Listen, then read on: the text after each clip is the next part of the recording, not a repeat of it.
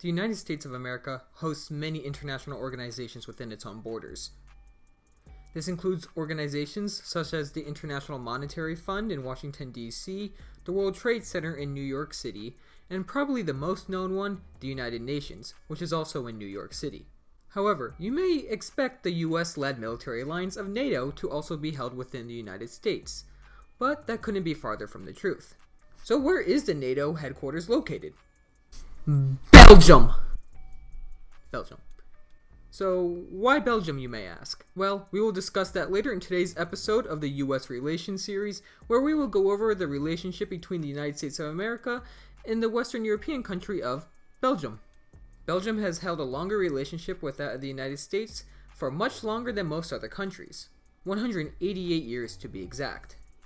But the relationship has been almost non-existent for the first 100 years, despite formally recognizing one another. The two countries established bilateral relations in 1832, following Belgium's independence from the Netherlands. And that's about it for the next 82 years. I mean, there was a French invasion of Mexico from 1861 to 1867, where Belgium aided France while the US aided Mexico, until getting into its own civil war. That's the absolute closest thing I can find during this time period regarding the relationship between Belgium and the United States, but that's not exactly much. The first signs of true interactions was during World War I when Germany invaded Belgium. During this period, Belgium was suffering under German advancement.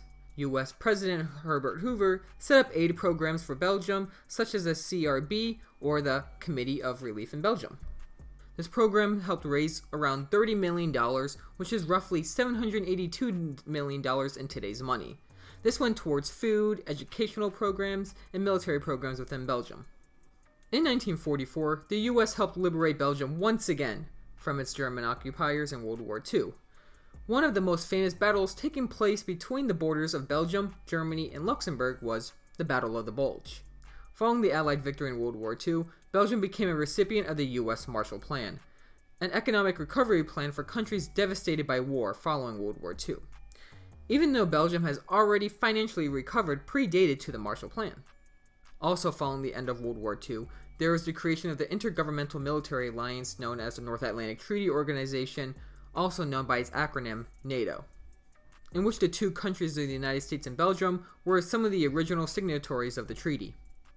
So let's bring us to the opening point of the video of why the NATO headquarters is located in Belgium out of any other country it could have been located in. As seen on the map here, these are the original signatories of the NATO alliance, the United States, Canada, and a select few countries within Western Europe. While NATO is under the lead of the United States, they still needed a more geographical location to place the headquarters, and due to NATO's original confined space, the closest thing to a geographical center that they could have placed headquarters in was London, the United Kingdom. With NATO now expanding to more countries within Europe, they decided it needed a new headquarters within the mainland, in which Paris, France, was the next location of the NATO headquarters.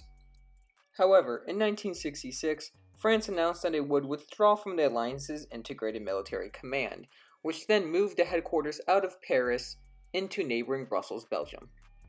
Later on down the line in 2009, France rejoined NATO's integrated military structure. However, the headquarters is still located within Brussels, Belgium, and would likely stay that way.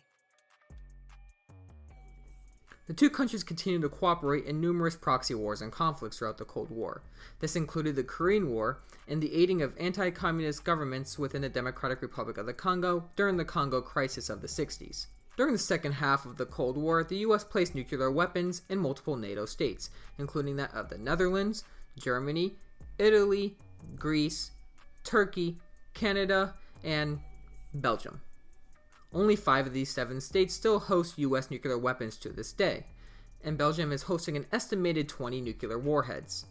Following the end of the Cold War in 1991, the two's military relationship has only grown much larger. The two countries have worked closely with the invasion of Afghanistan in 2001 and peacekeeping missions within the Balkans, Lebanon, and rebuilding infrastructure within Iraq. Economic ties are also close as well. Many US companies, mainly electrical and petroleum related, are headquartered within Belgium, with the two countries also exchanging roughly $44 billion worth of goods on a yearly basis.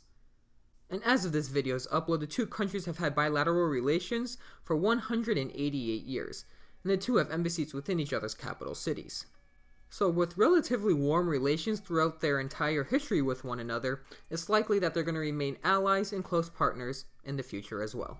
Thank you guys for watching today's episode of the US Relations series. Please make sure to like and subscribe. Leave a comment down below if you have any suggestions for us. Also make sure to follow us on Instagram at the name Powerful Countries, in which we post many maps and charts relating to the militaries of the world's nations.